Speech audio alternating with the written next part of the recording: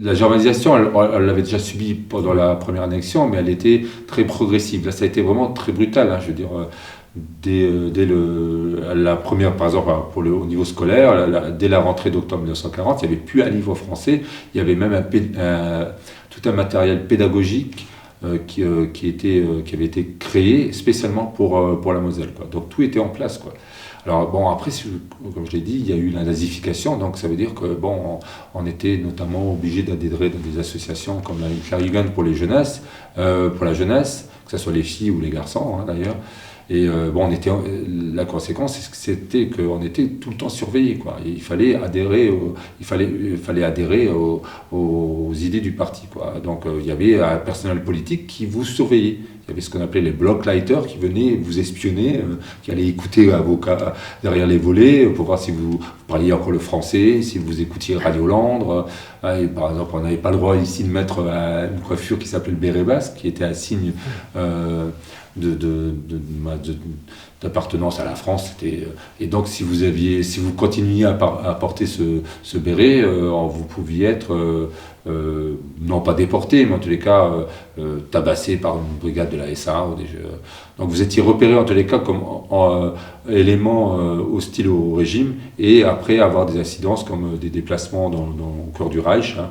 Il y a eu comme ça 8500 personnes qui avaient continué à manifester leurs sentiments français et qui ont été déplacées dans ce que les Allemands appelaient des camps pour la consolidation de la race en Silésie et dans les Sudètes, mais c'est une répression envers les gens qui continuaient à vouloir rester français. Et puis le tournant de l'annexion, c'est 1942, août 1942. C'est-à-dire qu'on a estimé là que bon, les Mosellans étaient de bons Allemands, et surtout on avait besoin de soldats. Donc il y avait en Allemagne, on ne pouvait faire une conscription qu'avec des nationaux. C'est-à-dire qu'avant août 1942, il pouvait y avoir des Mosellans qui s'engageaient de l'armée allemande, mais on ne pouvait pas faire une mobilisation de la jeunesse de l'armée allemande. Donc en août 1942, on donne la nationalité allemande aux Lorrains de souche. Avant, on était considérés comme des Volksdeutscher, des membres de la communauté allemande, mais pas des vrais Allemands, des Reichsdeutscher. Mais mais il y a eu un décret le 29 août 1942, donc on donne la nationalité allemande aux Lorrains, et la conséquence, c'est qu'on peut mobiliser la jeunesse.